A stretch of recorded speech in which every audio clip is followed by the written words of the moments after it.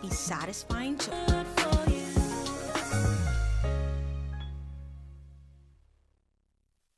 Attention customers, next Tuesday, a major hurricane will cause complete confusion and chaos throughout the entire Bahamas. Water.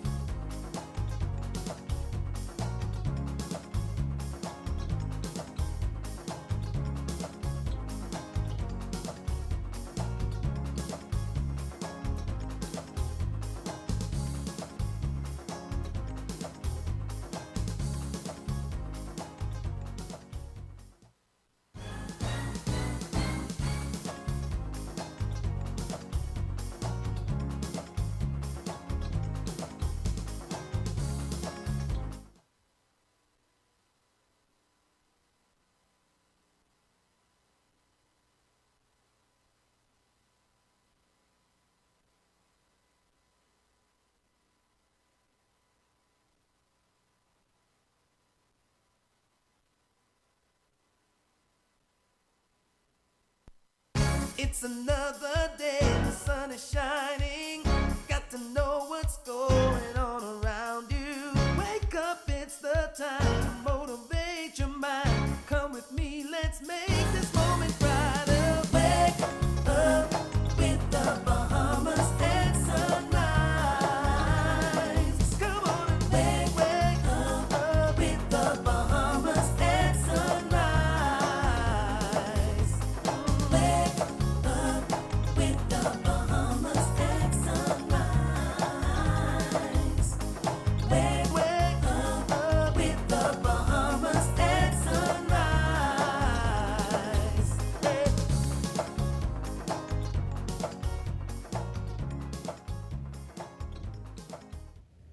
Good morning and welcome to Bahamas at Sunrise. It is Monday, November 25th, and I am your host, Davriel Gardner, wishing a very happy Monday to you. Speaking of happy things, I want to wish a very happy birthday, a happy 40th birthday to my cousin, David Thompson, who celebrated yesterday.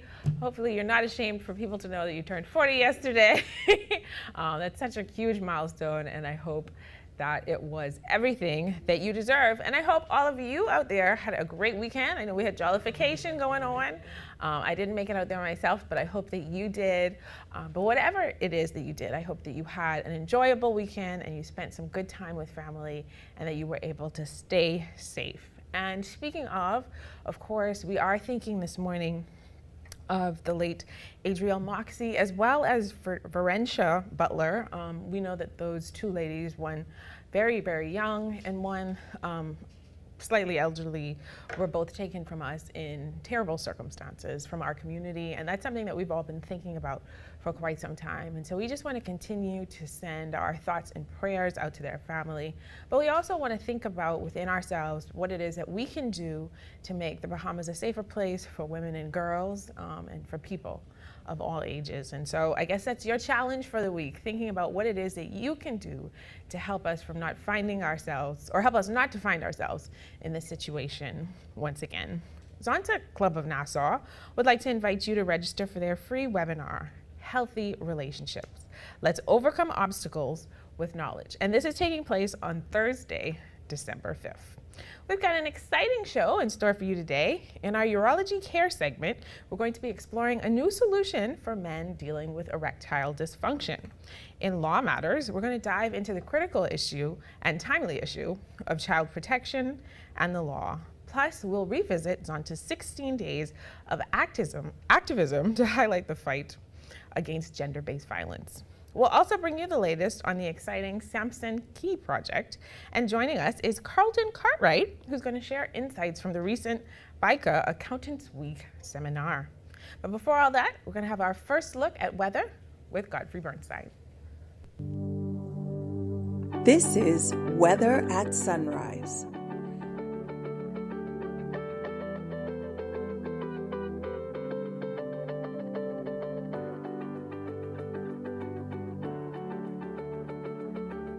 Thank you, Gabrielle. Good morning, Bahamas. Your first look at weather at sunrise. High pressure now downriver across the northwest Bahamas, but a frontal trough across the southeastern islands, between some cloudiness over the central and southeastern islands with some showers. So today, partly sunny, a bit breezy, on the warm side, with a couple of showers over the northwest Bahamas, but mostly cloudy and breezy with scattered showers and possible thunderstorms over the central and southeastern islands. The high temperature 82 degrees Fahrenheit. Tonight, few patchy clouds and cool over the northwest Bahamas, mostly cloudy with scattered showers and possible thunderstorms over the central and southeastern islands. The low temperature going down to 69 degrees Fahrenheit. And some regional highs and lows across the Caribbean. Barbados 91 and 80. In Jamaica 89 and 77. In Trinidad 91 and 77.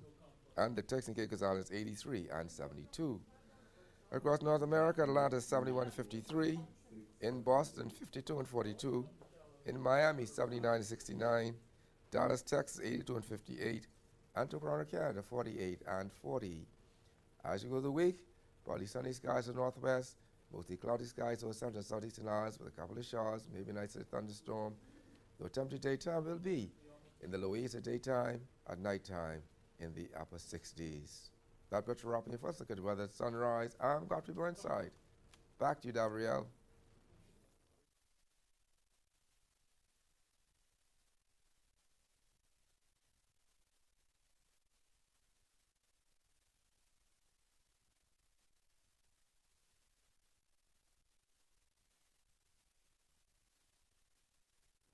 Thanks, Godfrey.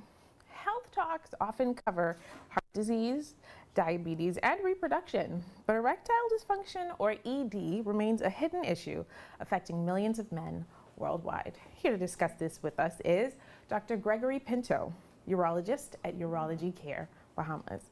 Good morning and welcome back to Bahamas at Sunrise. It's always a pleasure to be here. I always have to start the segment saying good morning to my daughter Gia, but yes, unfortunately, erectile dysfunction is perverse throughout every society, and the Bahamas is not immune to that. In fact, because we have such a high level and incidence of non-communicable diseases, we're an unhealthy nation. Everybody knows that. From obesity to high blood pressure to diabetes to coronary artery disease, obstructive sleep apnea, low testosterone, the list goes on and on. All of those can manifest initially in the early stages with erectile dysfunction. So unfortunately, so many men suffer needlessly, and it's a tragedy because it takes away their self-esteem, reduces the quality of their life, it affects their relationships. Men walk around like a shell of their former self, and we can cause them to rebound, we can cause them to revitalize their life and get back their confidence. If you're, for example, 56, 58 years old, you may live to 88, and your erections are not functioning for you. Why are you going to live those decades suffering and you don't have to? And in many cases, erectile dysfunction is an early sign of something else going on in the body, whether it's uncontrolled blood pressure, or it's because you have an early onset of diabetes, or your testosterone is low. So to get an erection, you need four things. You need the vascular You need the hormonal, which endocrine. You also need the nervous, and then you can't underestimate or underplay the psychological issue, the psychogenic. So many men, they have anxiety, they have stress, that'll manifest with erectile dysfunction. On the other side, if you have another issue related to, let's say, diabetes or low testosterone, you're going to develop stress and anxiety because you had those performance issues. So Wow, it's a complicated issue. Yes. It's a cycle of feeding each other. Yeah. You know, this is one of those things that is known but not really discussed. What are some misconceptions that you find are prevalent as it relates to erectile dysfunction? Well, I think you have to understand that erectile dysfunction is something that couples go through. Whether it's your girlfriend, your spouse, it's not something that you must go through because it affects them as well. So it affects the female's psyche. It affects their emotional well-being because the first thing they're going to do is they're going to think, okay, I'm not as attractive as I used to be. I'm putting on some weight. Oh, he must have a sweetheart. It goes, and then they may mention that to the male, and he may have performance anxiety because the last thing he wants to do is fail again and not perform, and then have that anxiety of, okay, now she's accusing me of things I'm not doing, and she feels I'm letting her down and I'm letting myself down. So another misconception is, well, what men do is they take it in their own hands. You have high blood pressure, you come and see me, or you can see another physician, we diagnose with your high blood pressure. There's so many different classes of high blood pressure medication. Every physician, every urologist is going to admit certain medications can make the erectile dysfunction worse.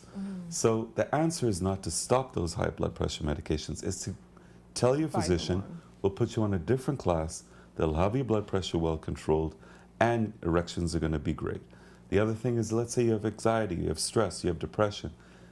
Many of those medications notoriously cause erectile dysfunction. So yes, you might come in because of anxiety or depression. We may put you on something that might even make the erections worse.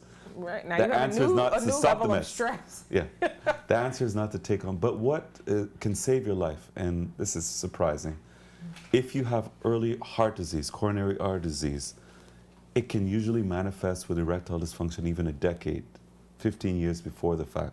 So if we can treat you with medication or lifestyle changes or behavioral modifications, it may prevent you from getting a heart attack or stroke later in life, because thinking about it simply, if you have blockage of the small blood vessels, such as ones that supply a male member, it'll happen long before the bigger blood vessels that supply the heart or the brain. So we can prevent you from getting a heart attack or stroke later in life. So we've kind of affirmed that this is clearly very disruptive to your emotional well-being, but it could also be a sign of imminent danger to your whole body. Yeah, so getting you treated for erectile dysfunction can literally save your life. So with that in mind, why do you think so many men struggle to seek help? Well, obviously, they feel less than a man. They feel that they're the only one going through it because nobody wants to speak about it. You may be out with friends playing dominoes, and probably 80% of them have a problem to some degree. If you're diabetic, your chance of having some element of erectile dysfunction is 70, 80%. Wow. Studies have shown between the ages of 40 and 75, 52% of men have some form of erectile dysfunction. 1 in 3 men have premature ejaculation of all ages. So you might be 20 years old, you may be 70 years old. You're not lasting as long as you would like to last. 1 in 3. So that is also a very pervasive problem where men will go a whole lifetime and suffer needlessly, and they never are satisfied. The partner's never satisfied. We can, I'll put it simply, we can make you go from a minute man to a marathon man just with medication. So there's always hope. Never lose hope. You can always rise again. Speaking of, there are some new developments as it relates to stem cell therapy or regenerative therapies. Which one of those are available in Bahamas, and how is that panning out? So it hasn't been FDA approved. So those human trials are very promising.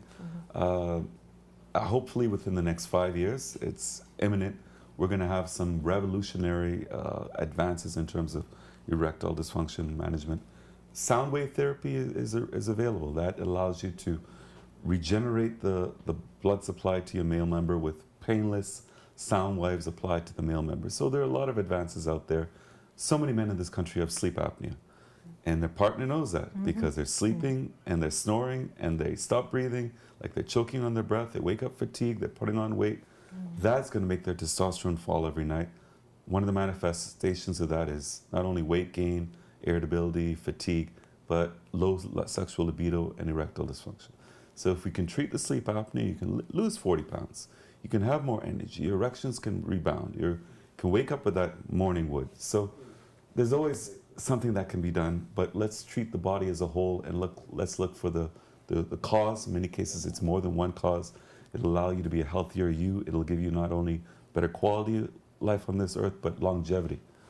Well, I'm sure they may not share it, but I'm sure there are a lot of gentlemen who are watching this morning who are going to be encouraged. And if they want to seek help from you and your team, how do they get in contact with you? The simplest, I have a website, urologycarebahamas.com, but my main office is at Oak Tree Medical Center, which is 5th Terrace and Mount Royal Avenue. Well, thank you so much for coming in and telling us all about this and the things that can be done to help. Something can always be done. Never give up hope. I love it. Never give up hope. That's a great note to end on. You're watching Bahamas at Sunrise. We'll be right back. Comfort Suites Paradise Island is the best kept secret in the Bahamas. Located directly next door to the Atlantis Resort, you'll receive all the privileges of an Atlantis guest with all the benefits of a Comfort Suite stay. Enjoy everything Atlantis has to offer, including Aquaventure Water Park, plus all the amenities of Comfort Suites. Free Wi-Fi, free breakfast daily, and kids stay, play, and eat free. Visit ComfortSuitesPI.com. The 2024 Long Island Business Outlook. As someone who was born and raised here, I am very, very excited for the new growth opportunities.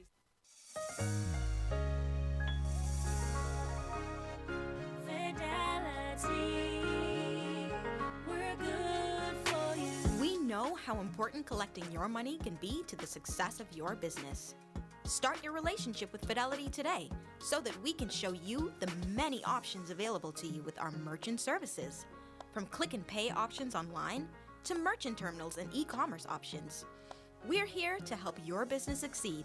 For more details, speak to one of our business development officers at 356-7764 in Nassau or 352-6676 in Freeport. Visit our website at fidelitygroup.com or visit any of our branches.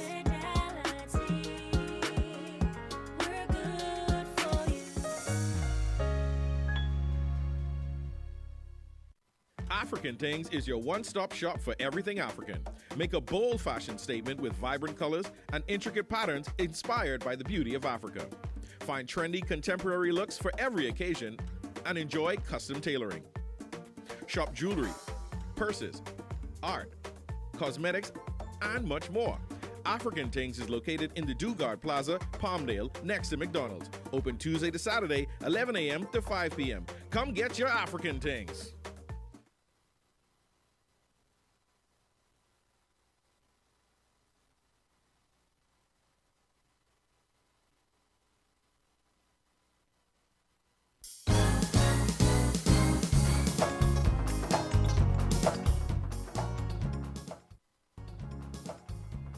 The Zonta Club of Nassau wants you to participate in 16 days of activism against gender-based violence. This is an annual international campaign that kicks off on November 25th, the International Day for Elimination of Violence Against Women, and runs until December 10th, Human Rights Day. Here to talk with us about this are Michelle Forbes. She is the president of the Zonta Club, and Ronisha Smith. She is from the Advocacy Committee. Good morning, ladies, and welcome to Bahamas at Sunrise. Good morning. Thank you. I got it. Yes.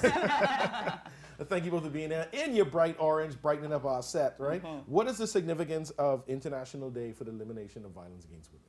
Well, we bring awareness about gender-based violence and the importance of having healthy relationships. The theme for Zonta Club of Nassau this year is look. Let's overcome obstacles through knowledge.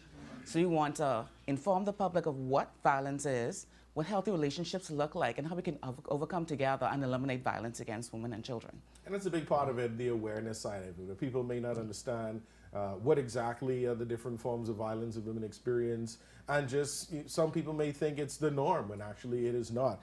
So how does this campaign address the needs of women? So this campaign addresses the needs because we need to be out there and just advising the public. So the public does not know probably what Zonta is, or other NGOs, and the work that they do. So we partner with the Bahamas Crisis Center. We partner with the Organization for Responsible Governance in just bringing awareness to what is abuse. It can take any form, rich, poor, black and white, and that is what the 16 days of activism is geared towards. So what do we have planned? What's happening over the 16 days? So I have here our theme and our schedule of events. Firstly, we kicked it off with a post and TikTok competition. All right. And the TikTok competition is for kids in elementary school up to college, and the poster competition is for children primary school up to college. So please go on our Facebook page, Zonta Club of Nassau, and all of the entry requirements will be there. The deadline is December 6th, so you do not want to miss it.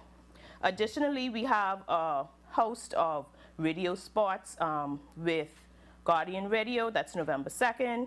The Best of the Best. So the Best of the Best is partnering with us again. And we will have our orange ribbons tied around that whole area, the Montague Foreshore area. Yes. And we will have persons on the ground just to educate what the ribbons are for. You know, we are trying to end any gender-based violence, whether it's against women, boys, and girls. So this is the purpose of that. Additionally, we have a radio talk show on the 25th with Guardian Radio, that's Chivago Line, November 22nd. Stay tuned at 9 a.m. with Dwight Strawn, and also our webinar. So our webinar is back again. It's December 5th, and that's at 6 p.m., and that is online. So again, go to Zonta Club of Nassau Facebook or Instagram, and you can get details there. We all tie it off with a celebration of survivors, and that is a closed event, but we are celebrating our survivors. Persons who choose to come forward and say, this is what happened to me, this is what I went through, however, this is not define me. Also, December 6th is a very important day. That is the deadline of our post and TikTok competition. So please, please, parents, schools, get those competition posters in, those TikToks in, so we can have and judge those. And there are fabulous prizes. Yeah. Fabulous. Tell me about some of these prizes, man. You know, we like tanks. So there are printers, computers, tablets, phones. Yeah, I can't spill all the beans here. Can't spill it.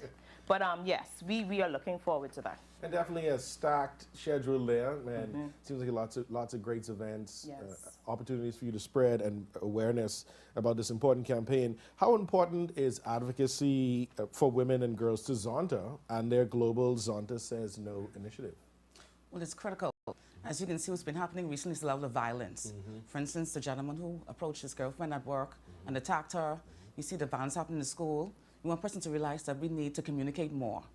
We need to have better conflict resolution skills. So the key is to try to unify everyone, to find that there are better ways to handle situations. You don't need to be violent. You need to step back.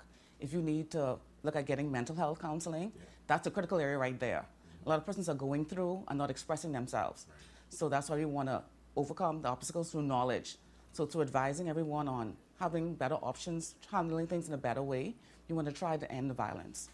Tell our viewers a little bit about Zonta and how they can use the help of the public who wants to get involved in this campaign. How can they help? Okay, we were established in 1982 by Charter President Judy Monroe, and we seek to build a better world for women and girls. That's through education, advocacy, and service. So we always are here looking for support. We thank all of our sponsors thus far. We have from SuperValue, we have Custom Computers, who donate such beautiful prizes. We also have ATC, Advisors and Consultants. We also have persons from the public who see the importance of the vision to sow into it. And we thank our partners like Best of the Best, and also Fidelity, who's partnered with us, and of course the counselors for their continued support. But we cannot do it alone. We emphasize that to have these things occur, we need not just physical support by volunteers, but also resources. That's the way we can support and spread the message and give the literature that persons need to know how to have healthy relationships and how to say no to violence. And it takes a community to come together to rally around such an important topic. And we thank Zonta for all the work it's done over the years, the work that it'll continue to do. And for the next 16 days, all the action is going to be going on. So we're looking forward to the competition, all the TikTok videos coming out, the webinar. We can look for all the orange and best of the best, you know, as we walk around, enjoy ourselves over the weekend. And we thank you, ladies, for being here this morning, spreading this important message. And thanks again to Zonta Club and all the work that you do. Thank you. Thank you. You're watching Mamas at Sunrise. Y'all stop the violence against women. Against everybody, women especially. We'll be right back. When hurricanes and emergencies strike, timely information can save lives. That's why Alive Business brings you bulk SMS messaging, your essential tool for staying informed and safe. Imagine having critical updates and safety tips delivered right to your phone, anytime and anywhere. With bulk SMS messaging, you can send real-time alerts and updates and timely notifications. When every second counts, count on Alive Business bulk SMS messaging. For more information, contact the experts. Hi, I'm Ria Christina, and I'm super excited to be the new host of You and Your Money, local international banks that has actually been closing some of their branches. It actually gives me an opportunity to share my views, my take on the financial matters. Even when we think about what's happening globally, we still have a lot of work to do in terms of having to educate business owners as to the importance, the economic impact, and how it is that we can look at improving the Bahamian economy. $1 billion. That's how much we spend every year importing food in this country. It also gives me an opportunity to have conversations, and that's meaningful conversations with thought leaders within our community, even having to see how it is that we can work together or even the opportunities that may exist for many Bahamians. So I'm excited to be here and looking forward to the great conversations that's to come.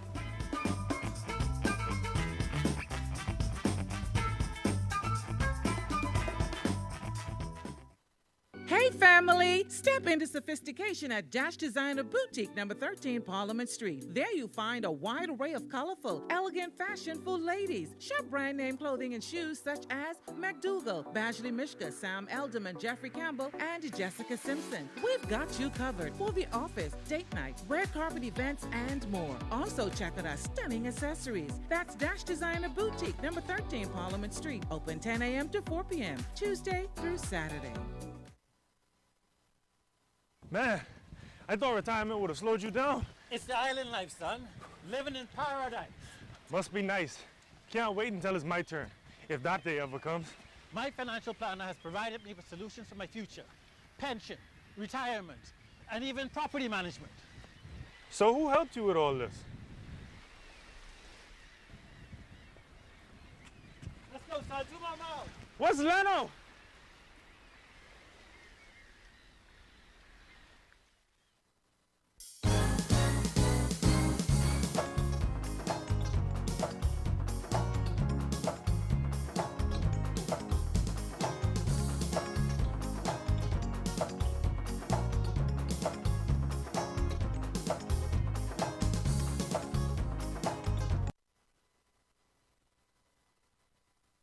Welcome back to our Law Matters segment sponsored by the Bahamas Bar Association.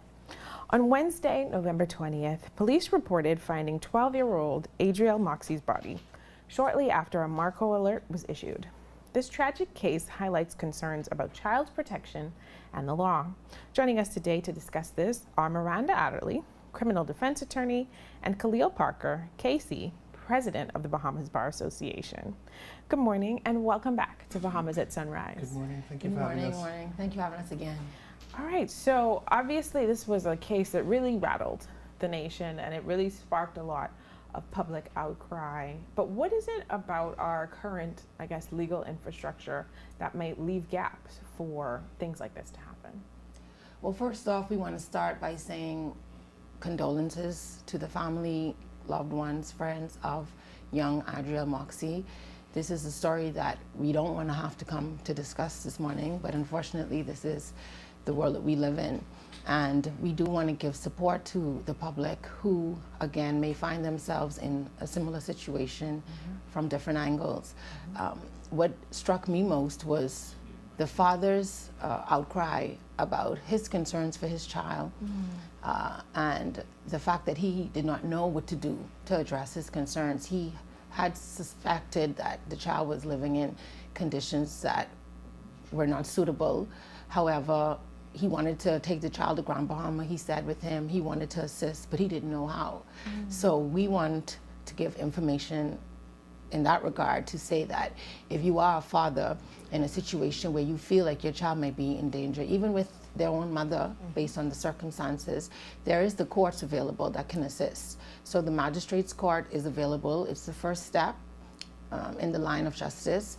And you can go to the magistrate's court as a father. If you have your concerns, there are forms that can be filled out on the second floor where you can ask the court for custody of the child. And based on circumstances such as the current one, where we're aware that the mother's suffering from a mental health issue, we're aware that these people were living in the back of a bush with maybe no access to light and water. And if you let the courts know that, then social services will get involved and things can be done where rights and custody can be handed over to the father in those regards.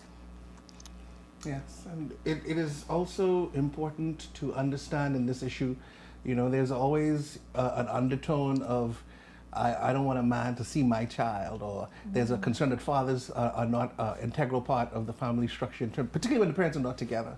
But the most important thing for to understand is that it is the child's right to have access to both parents. Yes. And that is the right that the court seeks to vindicate. So we would encourage those who feel as though there is a imbalance to get involved and understand that their child has a right of access to them. It is not about the whim or fancy of any one individual. And when we talk about child protection, it is very important to note that we have to invest in the systems that support children. Children don't ask to be born, and we owe them a great deal. So the fact that a child is living in substandard conditions, you know, we drive past these people every day, we have suspicions, and it is not, this is a part of the village. You know, people feel like it's being a busybody, but sometimes people have to be busy if nobody else is doing anything. And so it is very important that you don't wait until this happens to say, well, I watched and it didn't look like this. So we ask people to be vigilant and to be concerned about their fellow citizens, you know, and we have to invest in the support. You know, you have the children in extracurricular activities. We have to look at how they get to and from school. We have to look at the responsibility of and the support that the school has to support the children in their care.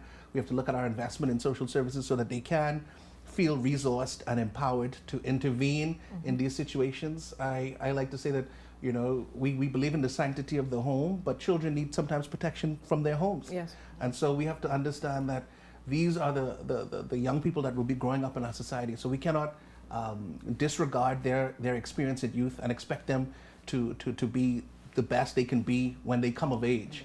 So it's very important that we understand that we are all raising these children and we all have an interest in who they become. You know, there was a lot of conversation about what should have been done. Should she have been removed from the experience, speaking about young Adrielle. Yes. But the flip side of that conversation is, you know, a lot of people may not have been deeply familiar with her parents. On a certain level, they might have observed things from the outside. And then sometimes you mentioned being a busybody or being perceived that way, or perceived as judgmental. How do we assess, or what is the language that I guess clearly states what fitness for parenting means? Well, I think fitness for parenting is a decision that has to be made by, let's say, the court system, who will decide whether the child should remain in one parent's custody or another parent's custody. And evidence has to be shown. I mean, the court isn't wanting to remove children out of their homes if their home is fit.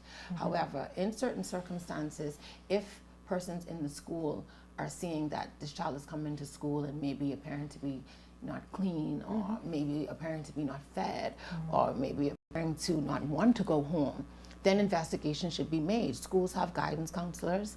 Guidance counselors need to get more involved and maybe make reports to social services. There's the crisis center. Reports can be made to the crisis center. When we were watching the news, there were many people in the community, you know, who said, oh yeah, she used to come and ask for money and I gave her a gallon of water because she said that there was no water in the home. It's beautiful and it's great that you gave her a bottle of water, and we appreciate that and we need that. But even at a greater extent, if a child doesn't have water, a basic necessity of life, then I think a call should be made. If it's to the police, if it's to the crisis center, if it's to social services, and then you let them take it from there. You never think that it's going to end up this way. You never think that it's going to end up with a child being dead. And now that it's happened, all of us have to be more aware. All of us have to look. I am noticing now parents seem to be more walking with their children. I would see children walking all the time by themselves. Now, since this incident, I'm seeing these same children with parents or with an adult. So I think it's a wake-up call for everybody to get more involved in your community, especially in children's lives that you may see going on. It's a village, and we all are a part of the village, and we all have to take that responsibility on if we do want these children to have a chance. So one of the things that kind of spun out of this experience is a renewed cry, because it's not the first time, but a renewed cry for a national sexual offenders registry. What are some of the things that are holding that back? There's legislation for a registry. I think that what people are saying is that they want something that's accessible, and they want something that they can become an active resource, as people expect it to be. They expect that if individuals are convicted of these offenses and there's supposed to be a registry, I can access that and satisfy myself that I know who is out there and what they have done. So in the digital age, I think that the fundamental expectation is a digital registry that I can look up and access as needed to understand who is in my community. I think that that's the expectation. To be fair, there is a sexual offenders registry which is based out of the Bahamas Department of Corrections. But as I understand the operation of it at this point, it is that upon release, sexual offenders, the information is then sent to agencies, and the agencies are then responsible for disseminating that information to the communities that the offenders would be released into. However, there is a lot of responsibility placed on the released offender to then go themselves and register and get fingerprints and make themselves known. However, if those offenders don't do that, then that could be a crack where they fall through and the community would not be aware. So I think more so than a registry being available, it has to be, like Khalil said, accessible, online. We can Google, we can see the names of the persons, their date of birth, what they were convicted of, what year they were convicted of, what community are they now going into. So you want to be aware.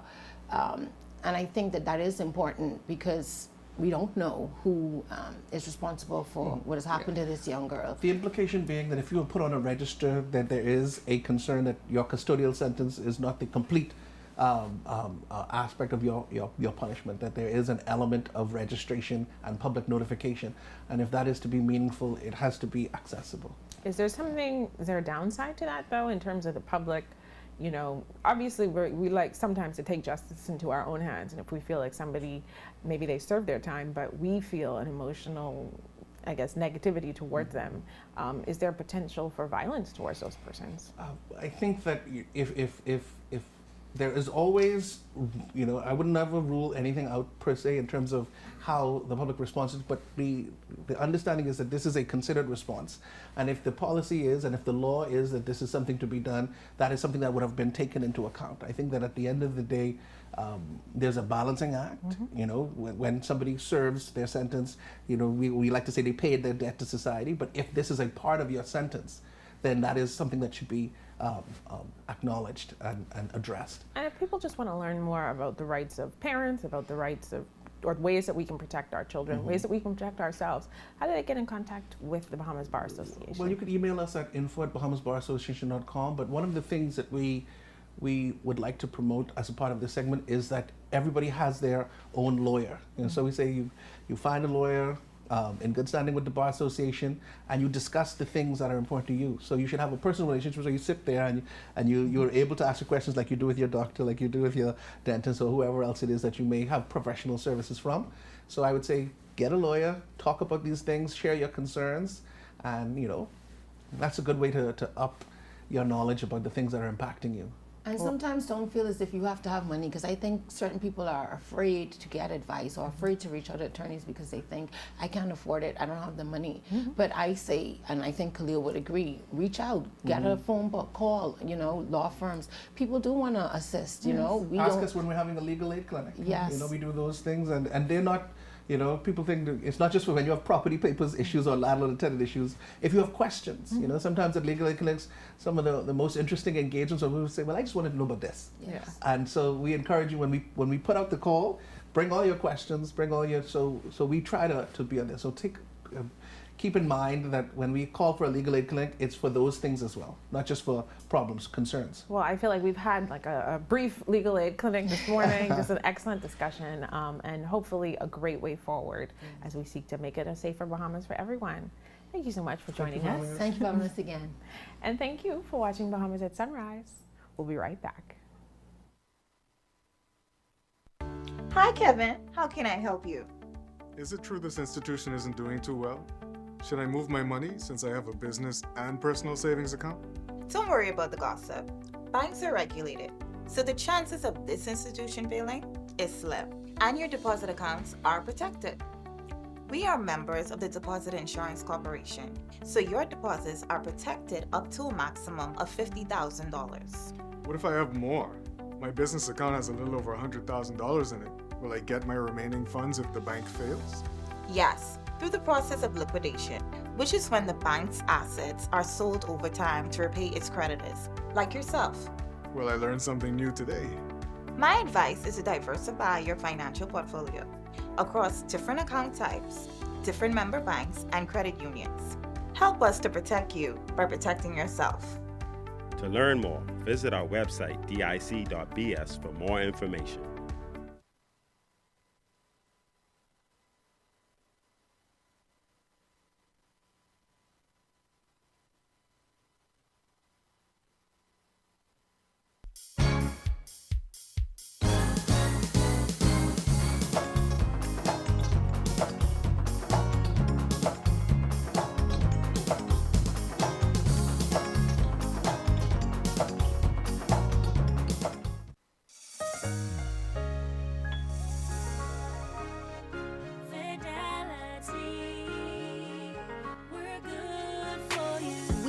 How important collecting your money can be to the success of your business. Start your relationship with Fidelity today so that we can show you the many options available to you with our merchant services. From click and pay options online to merchant terminals and e-commerce options. We're here to help your business succeed. For more details, speak to one of our business development officers at 356-7764 in Nassau or 352-6676 in Freeport. Visit our website at fidelitygroup.com or visit any of our branches.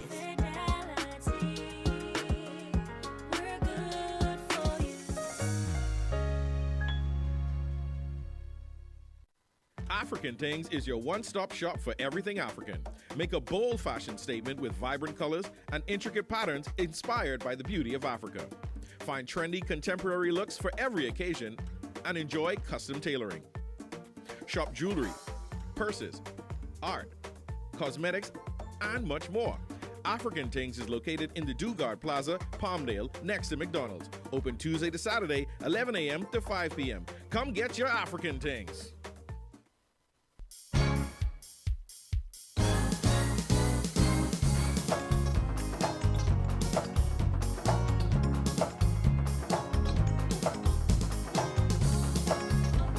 Bahamas at Sunrise. It has been a marvelous Monday. I'm going to steal that because Mark's not here this morning. Here on Bahamas at Sunrise, and we've been able to have just such great conversations, of course, about the things that are happening in our nation, some of them that we don't want to happen, but it's really been a solution-based conversation today. You know, there's definitely been a lot of hope. We talked with Dr. Pinto during our urology care segment, of course, about erectile dysfunction and some of the things that men can do to deal with that in a safe and effective way. We also talked about our legal matters moving forward and how we can protect the children in our community. ready, and we have more great discussions ahead. TCL extends its heartfelt gratitude to our partners, sponsors, and presenters, moderators, and attendees for their participation and support in making 2024 all 8 of our Island Business Outlook series a success. We appreciate each and every one of you. We've got more great stuff to come. We're going to be talking about the exciting Samson Key development, and we'll be hearing about insights from the recent BICA Accountants Week seminar. But before all that, we're going to take our second look at weather with Godfrey Burnside. This is Weather at Sunrise.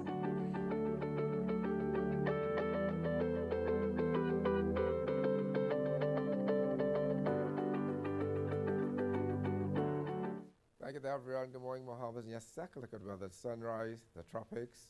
5 days left in the 2024 tropical cyclone season, and the tropics remain quiet. Elsewhere, high pressure dominating figure across the northwest Bahamas. We have some troughing across the central and southeastern islands, and that is producing some showers and thunderstorms across that area with some cloudiness with a nice day across the northwest Bahamas. In your marine forecast today, those winds northeast to east at 10 to 15 knots, sea 2 to 4 feet in northwest Bahamas, northeasterly at 15 knots, 15 to 20 knots, seas 4 to 6 feet, or the central and southeastern islands. On Tuesday, the winds continue northeast to east at 15 to 20 knots, seas 4 to 6 feet in northwest and central Bahamas, easterly at 15 to 20 knots, seas 4 to 6 feet, over the southeastern islands. Down on Wednesday, those winds northeasterly at 15 to 20 knots, seas 4 to 6 feet in northwest and central Bahamas, southeast to south at 15 knots, seas 3 to 5 feet, over the southeastern islands. Your tides. You can expect a low tide at 9:37 this morning. Next high tide will be at 3:33 this afternoon. Low again tonight at 9:53. Sunset 5:18 this evening. Rising at 6:35. UV index 7. Your water temperature 78 degrees Fahrenheit. And the moon phase last quarter. Your extended look. High pressure will continue to dominate the weather of the northwest Bahamas. Still a lot of troughing with some cloudiness and showers, possible thunderstorms over the central and southeastern islands. Low temperature daytime will be in the low 80s. At nighttime in the upper 60s to lower 70s. That puts Rock and Follow good weather at sunrise. I'm Godfrey Burnside. Bahamas at sunrise will continue after a short commercial break.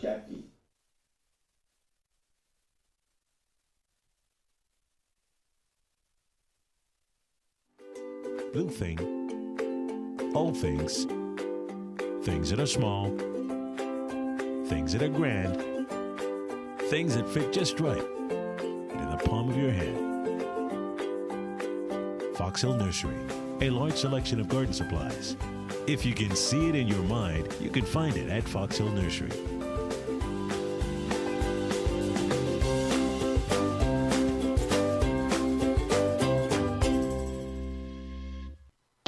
The Euro device is very affordable. It allows you to increase your internet connectivity.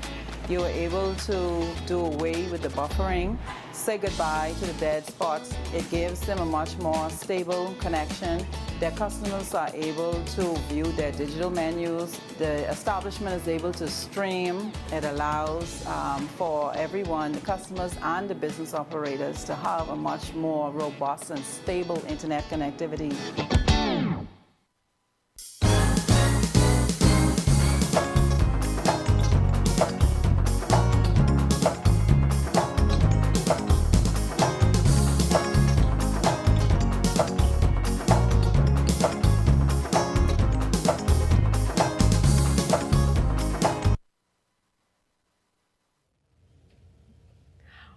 Welcome back to Bahamas at Sunrise.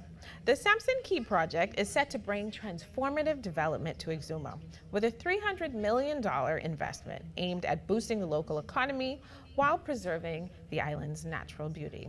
With me now to discuss this more are Felipe McLean, CEO of the Samson Key Bahamas Limited, as well as Dwight Roll, who's a local boat captain from Black Point, Exuma. Good morning, gentlemen, and welcome to Bahamas at Sunrise. Good morning. How are you? I am very well. So I'm going to start with you, Mr. McLean. What inspired the vision for the Samson Key project? Well, the story between me and myself and Exuma is a love story. I went with the family 4 years ago to spend the pandemic there, and that's when I met Dwight and we had probably one of the most beautiful times of our lives, right? Dwight showed me around all the keys, and I completely and the family fell in love with it. And he's the one actually that told us, instead of buying something for the family, why don't you invest? And that is when all this journey started. We are, 4 years later, we have two projects going on. One, which is gonna be a Rosewood project in Samson Key, and that we're very excited and looking forward to start construction very soon. So talk to me about that Rosewood project. That is something that has been in discussion, I guess, as far as the local community is concerned. What is the timeline for that to be developed? Construction should start early next year, and based on our timeline, the hotel opening would be in June 2028. This is a project that is gonna employ 250 people. During operation, it's gonna employ about 150 to 200 people as well. It's gonna have a tremendous impact in Exuma. I think that this is a quite unique project, that is gonna truly benefit the Exuma community. With Black Point is expanding the airport as well, and this project allows for projects like that to be feasible, right? Because this project has, even though it's a boutique resort, has a big enough size to justify the expansion of the airport, and we're really looking forward for that. This project is also gonna allow families to reunite. A lot of Exumians that work in Nassau or in the US are gonna be able to come back to the Exuma and join us on this journey. So we're very excited with it and looking forward to start construction as soon as possible. All right, I'm gonna talk to you for a little bit, Mr. Rowell.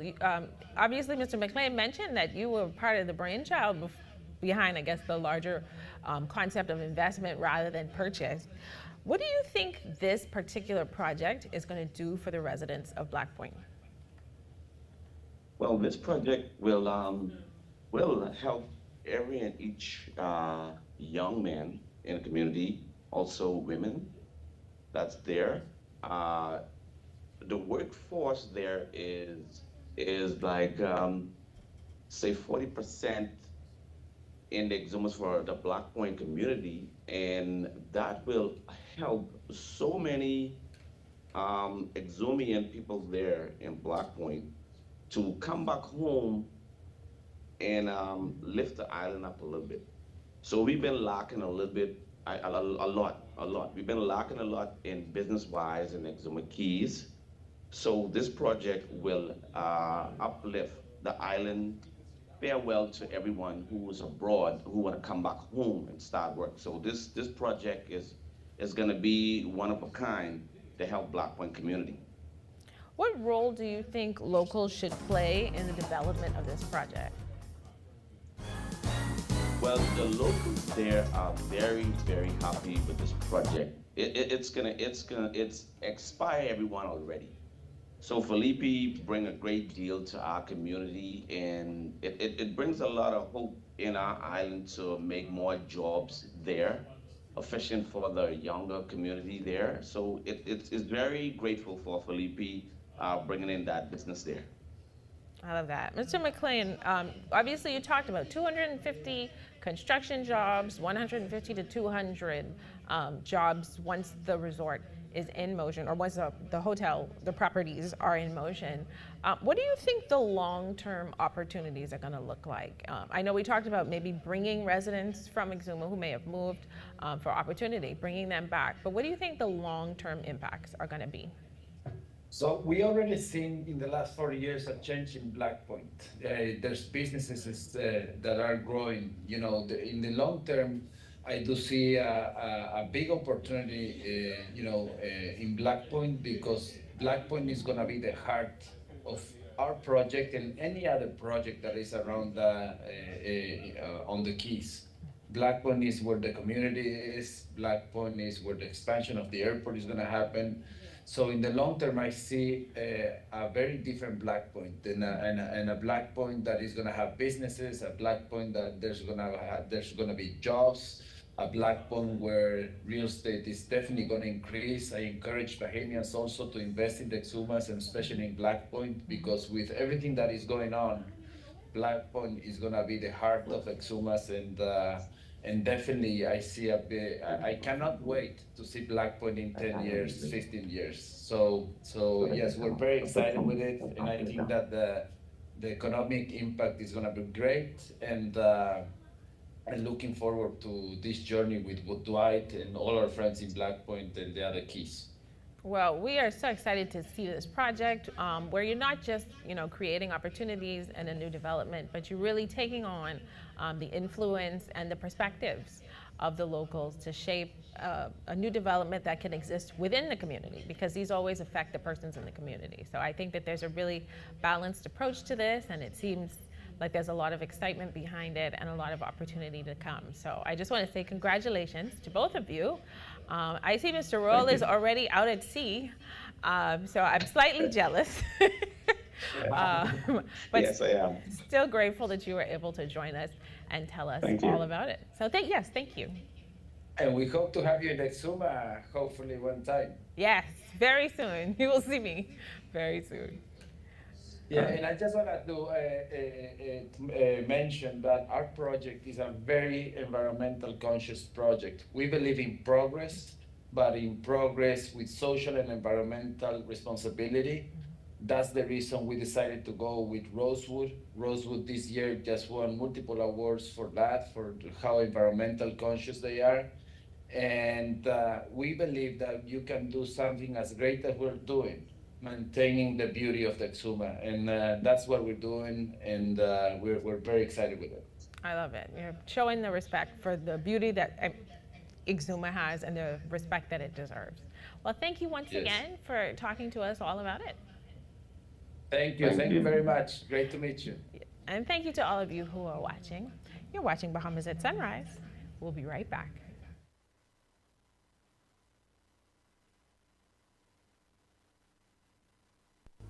Hi, I'm Ria Christina, and I'm super excited to be the new host of You and Your Money, a local international bank that has actually been closing some of their branches. It actually gives me an opportunity to share my views, my take on the financial matters. Even when we think about what's happening globally, we still have a lot of work to do in terms of having to educate business owners as to the importance, the economic impact, and how it is that we can look at improving the Bahamian economy. $1 billion.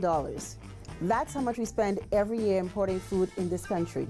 It also gives me an opportunity to have conversations, and that's meaningful conversations with thought leaders within our community, even having to see how it is that we can work together, or even the opportunities that may exist for many Bahamians. So I'm excited to be here and looking forward to the great conversations that's to come.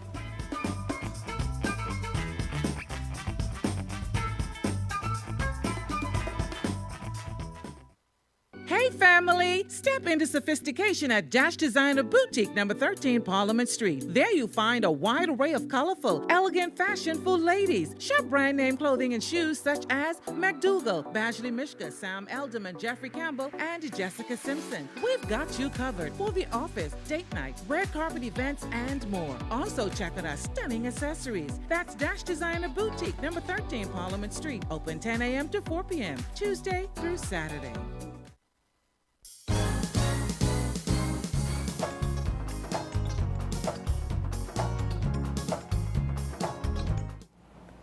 Welcome back.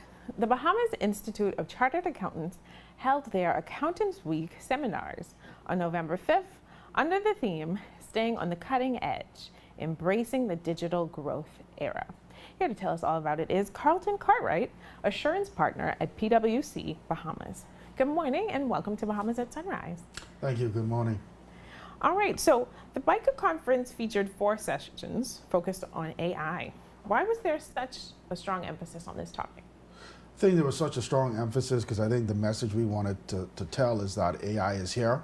And so I think what we wanted to make sure that our members understood is that it's not going anywhere, and how can they best use it to improve the processes and controls that they have at their organizations. Because if they don't, I think one of the catchphrases coming out of that is that there's obviously this fear about AI replacing people, but I think what the key message was is that AI is not necessarily going to replace you or do the job that you're doing. People that use AI effectively are going to replace you and the job that you're doing if you're not, part of that train, so to speak. It seems like a major takeaway. Can you talk about some of the other takeaways that I guess came from across all the sessions? Well, I think the other thing is, the focus on is that this is not something that's happening outside of the Bahamas. So there's many ways in which people can use AI to improve, again, their organizations today. So a lot of focus was on some of the practical ways in which you could use AI, whether it be, for example, Microsoft has Copilot, which is their AI engine. And you could use that for various things like summarizing. If you have meetings and you have Microsoft Teams, for example, you could use the Copilot to summarize the meeting minutes, and it will give you very detailed bullet points or action points as to what was discussed at the meeting and what were the follow-up items. The other thing to stress was that it's all integrated within Microsoft. So as long as you have the appropriate version of Microsoft, that AI engine is not just in Teams, it's in Outlook. You could have it summarize your emails. For example, if you come back from vacation and you have a bunch of emails out there and you want to just see what the key points, it can summarize the emails for you. It can draft emails. It can draft documents. And so, again, this is not something that is, outside of the Bahamas. It's in Microsoft. You could use it.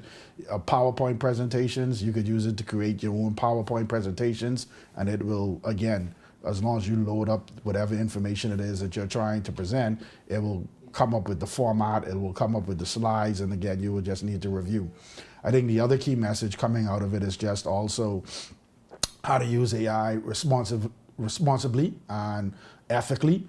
We've already seen some instances where, for example, where people are using it to write papers, and now there's this software now being developed to be able to tell if a paper was written by AI. There was actually a famous case in the US where AI created a fake case, and it made its way up to the Supreme Court and was going to potentially be used as precedents to decide a case in the Supreme Court until eventually it was found out that that case actually did not exist. Wow. And so again, it's just one of those things of like, you have to be careful and you have to make sure that the people that are using this AI are using it responsibly and ethically. Apart from the discussions on AI, you received presentations from some of the regulators. Can you talk a little bit about that? Yeah, so I think the Securities Commission, Insurance Commission, and Central Bank of the Bahamas gave presentations. I think the Securities Commission focus was on the various, legislative agenda this year and upcoming. One of those being obviously the DARE Act, which is obviously the Digital Asset Registration Act, and so the amendments, improvements being made to that act to help obviously safeguard the public, especially coming out of obviously the FTX situation. So I think that was a key focus of the Securities Commission is in, what are they improving in the Digital Asset Registration Act to ensure better compliance and ensure better security for individuals. From the Insurance Commission perspective, I think the key thing that they were focused on was AML and IFRS 17 implementation. So the focus on AML was just they were providing an update on some of the challenges they're seeing in the AML space in terms of what our participants or entities are doing in the AML space that they need to improve upon, whether that be in terms of better identification of beneficial owners, or whether that's in just making sure that you have the proper controls and structure in place to monitor, your AML process. Because I think based on various inspections and also work being done by external auditors on their behalf, I think they were finding that there were some deficiencies in the AML process that they wanted to ensure were corrected. From an IFRS 17 standpoint, I think the focus was just on giving an update on where we are in that process. So obviously for most 1231 insurance companies, you have a regulatory deadline of April 30th. And by and large, most of the insurance entities within the Bahamas had missed that deadline because of just the huge effort, time, and expense involved in trying to adopt IFRS 17, which was the new insurance standard globally. And so it was just a focus on how do we get, coming out of that implementation, of which there were still a few entities that still haven't completed their financials as we sit here in November. What are the ways in which to improve that timeliness, and what are the lessons we've learned from that implementation process so that we could be more timely and efficient going forward. And then finally, as it relates to the Central Bank of the Bahamas, I think their focus was just on how to generate more credit growth in the private sector, how to ensure, there are better incentives to encourage family island investment, because that was obviously a big focus in terms of, we know that there are a lot of banks that are pulling out of the family islands, and then also how to balance essentially their regulatory and supervision responsibilities with ensuring that the operating environment within the banks are running smooth, and it's a smooth and seamless process for the customer.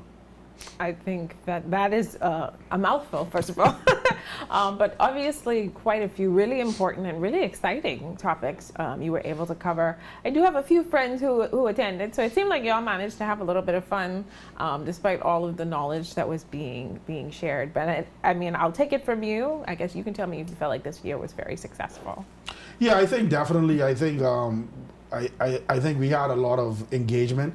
So I think there was a lot of, because most sessions have a Q&A session, and I think there was a lot of questions and a lot of back and forth with the presenters. And so I think that was definitely important. I think what was also important is just, I think in general, I think there's been a bit maybe of a struggle of trying to encourage more younger people in the profession. I think sometimes when you look around at the accountants, you see a lot of older individuals, and I think part of the engagement or part of the mission is to try to get more people that are younger involved. And so I think we did start to see some of that in terms of just having younger participants and having that millennial Gen Z generation getting active and getting involved.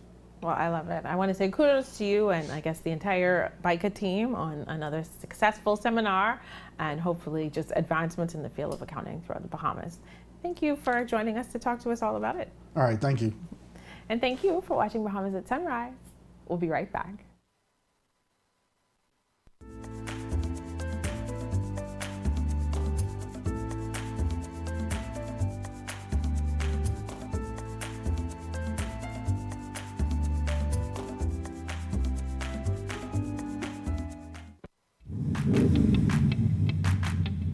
Introducing the Focal Smart Pass app that helps you to fuel up faster. Here's how it works.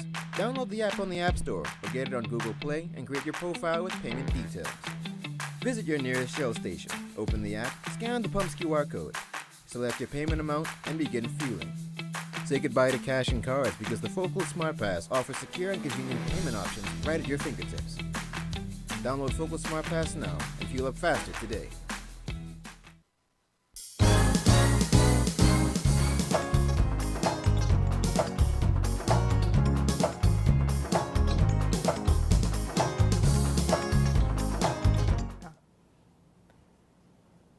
It has been an informative and exciting Monday on Bahamas at Sunrise. This has been the greatest way to start your week. We're talking about things that are happening in our community. We talked about the medical community, the law community, the finance community, whatever community you are a part of.